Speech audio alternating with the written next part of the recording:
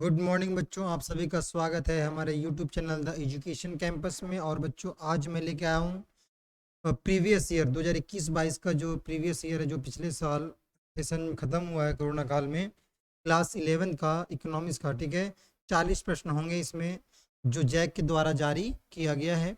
यह भी model set आपके 2023 के एग्जाम के दृष्टिकोण से बहुत ही महत्वपूर्ण है। इनमें भी वो बहुत सारे प्रश्न दिए हुए हैं जो एग्जाम में आने की संभावनाएं होंगी। ठीक है, तो चलिए इन प्रश्नों को भी एक एक करके हम जो है सो अध्ययन कर लेते हैं। इसका कौन कौन सा क्वेश्चन आया, उसका क्या सही आंसर होगा, ताकि आप लोगों को 2023 के एग्जाम में ज़्यादा परेशानी ना हो। तो प्रश्न नंबर 1 से हम चलते शुरुआत कर देंगे। प्रश्न नंबर 1 कहता है कि जीवन के सामान्य कारोबार वाक्यांश से क्या तात्पर्य है। ठीक है बच्चों, ध्यान रखेंगे। यहाँ पे बताया जा रहा है जीवन के सामान्य कारोबार वाक्यांश से क्या तात्पर्य है। तो इसका सही जवाब है मनुष्य का आर्थिक कार्य से। जीवन के सामान्य कारोबार का मतलब क्या हो गया? मनुष्य का आर्थिक कार्य। चलिए प्रश्न नंबर 2 चलेंगे। 2 कहता है निम्न में से किसके अध्ययन का संबंध अर्थशास्त्र से नहीं है। तो इसका सही जवाब होगा ऑप्शन डी। अर्थशास्त्र का संबंध सरकार के गठन से बिल्कुल भी नहीं है। उनका संबंध तो उत्पादन, उपभोग और वितरण से है। प्रश्न नंबर 3 पे चलेंगे। 3 क्या कहता है? 3 में लिखा है कि सांख्यिकी का जनक किसे कहा जाता है। सांख्यिकी का जनक किसे कहा जाता है? ऑप्शन नंबर डी इसका सही जवाब होगा, गॉटफ्राइड आकेनवाल। आकेनवाल लिखा हुआ यहाँ पे। प्रश्न नंबर 4 पे चलेंगे। बहुवचन में शब्द सांख्यिकी से क्या तात्पर्य है? तो इसका सही जवाब होगा इनमें से सभी। ठीक है, चाहे वो संख्यात्मक मान हो, आंकड़ा हो या सांख्यिकीय तथ्य हो, इनमें से सभी होगा। प्रश्न नंबर 5 में क्या कहता है कि अर्थशास्त्र में किस प्रकार के आंकड़ों का प्रयोग होता है? केवल मात्रात्मक, केवल गुणात्मक, मात्रात्मक और गुणात्मक दोनों, या इनमें से कोई नहीं? तो सही जवाब होगा ऑप्शन नंबर सी। प्रश्न नंबर 6 पे चलेंगे। संचरित या परिमित उत्तर प्रश्नों में उत्तर के विकल्पों की संख्या हो सकती है 1, 0, 2 या 2 से अधिक। तो इसका सही जवाब होगा बच्चों ऑप्शन नंबर सी, केवल 2। प्रश्न नंबर 7 पे चलेंगे। किस प्रकार के आंकड़ों की विश्वसनीयता और सत्यता की जवाबदेही अन्वेषक पर होती है? तो सही जवाब होगा ऑप्शन नंबर ए, प्राथमिक। दूसरा कहता है, मतलब 8 नंबर क्वेश्चन, आंकड़ा संग्रह के लिए सूचनाएं एकत्रित करने वाला व्यक्ति क्या कहलाता है? ठीक है, जो आंकड़ा संग्रह करता है ना, आंकड़ा संग्रह करने के लिए सूचनाएं को एकत्रित करने वाला व्यक्ति जो है सो क्या कहलाता है? तो सही जवाब होगा ऑप्शन नंबर सी, अन्वेषक या फिर प्रेक्षक। प्रश्न नंबर 9 में चलेंगे। इनमें से किस विधि में प्रगणक या उत्तरदाता से प्रत्यक्ष संपर्क होता है? तो इसका सही जवाब होगा ऑप्शन नंबर सी, व्यक्तिगत साक्षात्कार से। देखिए, ईमेल करेंगे या टेलीफोन पे बात करें या डाक के द्वारा सर्वेक्षण करें, इन तीनों ही माध्यम से हम प्रश्न तो पूछ सकते हैं, उत्तर मिलेगा, लेकिन इसमें व्यक्तियों का जो प्रश्न करेगा, जो उत्तर देगा, उसका प्रत्यक्ष संपर्क नहीं होता, बल्कि प्रत्यक्ष संपर्क होगा व्यक्तिगत साक्षात्कार में। व्यक्तिगत साक्षात्कार में आमने सामने जब बैठे रहेंगे तब।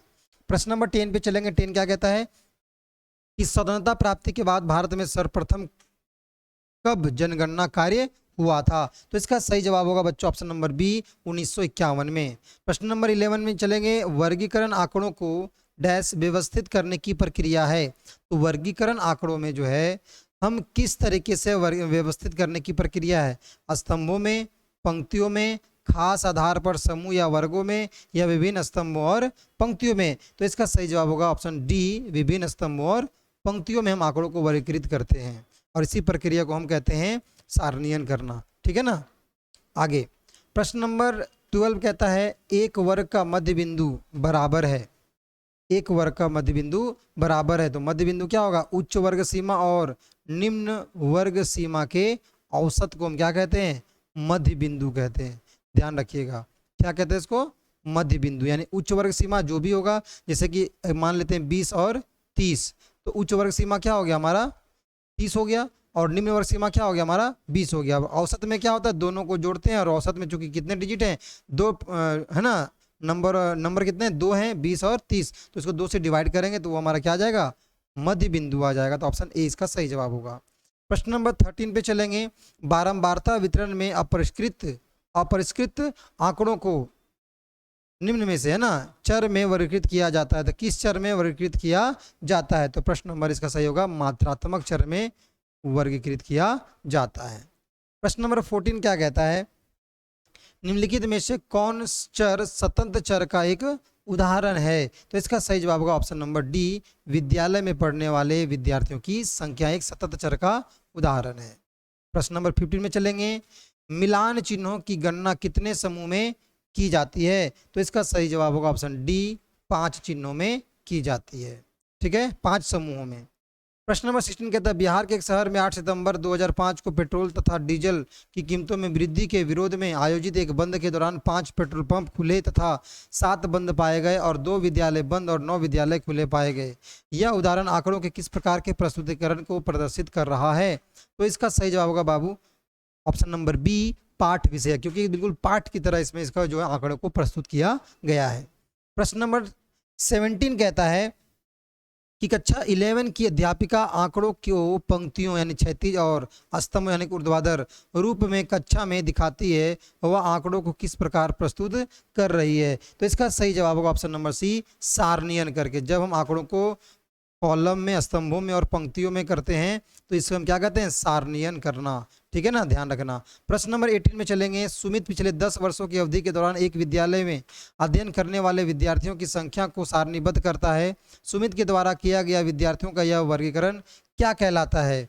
स्थानिक, कालिक, मात्रात्मक या फिर गुणात्मक? तो इसका सही जवाब होगा ऑप्शन नंबर बी, कालिक, क्योंकि पिछले 10 वर्षों की अवधि के दौरान जो कुछ हुआ था, यहाँ पे अवधि मेन है, समय मेन है, इसलिए कालिक वर्गीकरण कहलाएगा।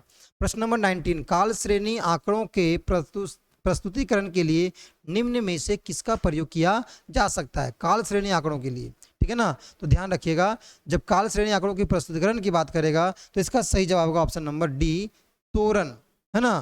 तोरण का प्रयोग करके इसका प्रस्तुतिकरण किया जा सकता है। तोरण को और किस नाम से जाना जाता है? तो इसका सही जवाब होगा ऑप्शन नंबर ए, संचयी बारंबारता वक्र के नाम से जाना जाता है।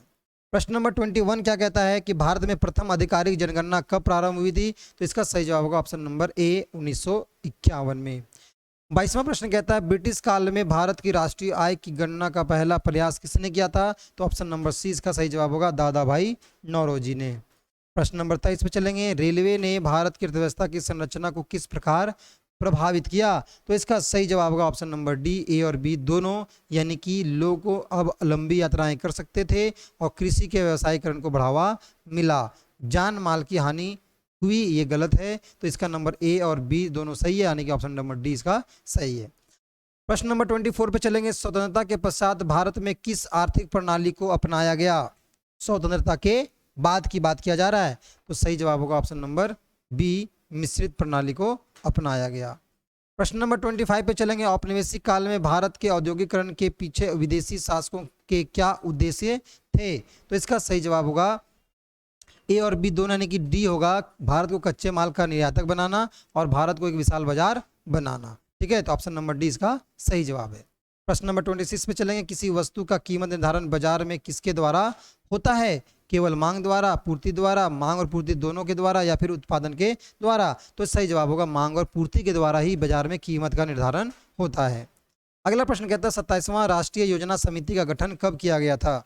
1935 में, 1938 में, 1944 में या फिर 1947 में? तो इसका सही जवाब होगा 1938 में। पंचवर्षीय योजना की अवधि कितनी होती है? तो ऑप्शन ए सही जवाब, 5 वर्ष की होती है।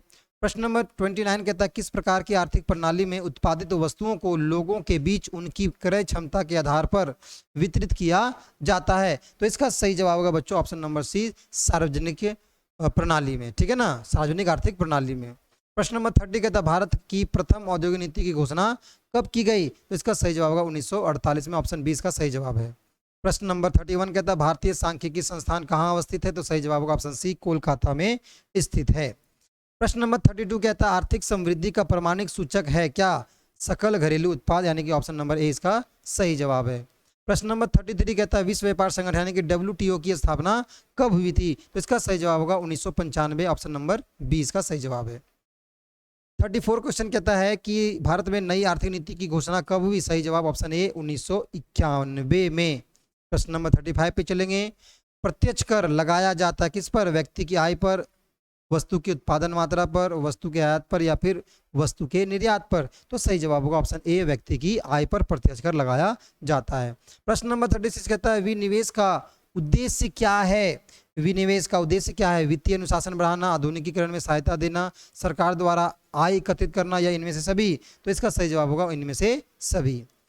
तीसरा प्रश्न कहता है योजना आयोग के पदेन अध्यक्ष होते थे, तो प्रधानमंत्री होते थे। चूंकि अब योजना आयोग का नाम नीति आयोग कर दिया गया है और इसका भी पदेन अध्यक्ष कौन होगा, प्रधानमंत्री ही होगा।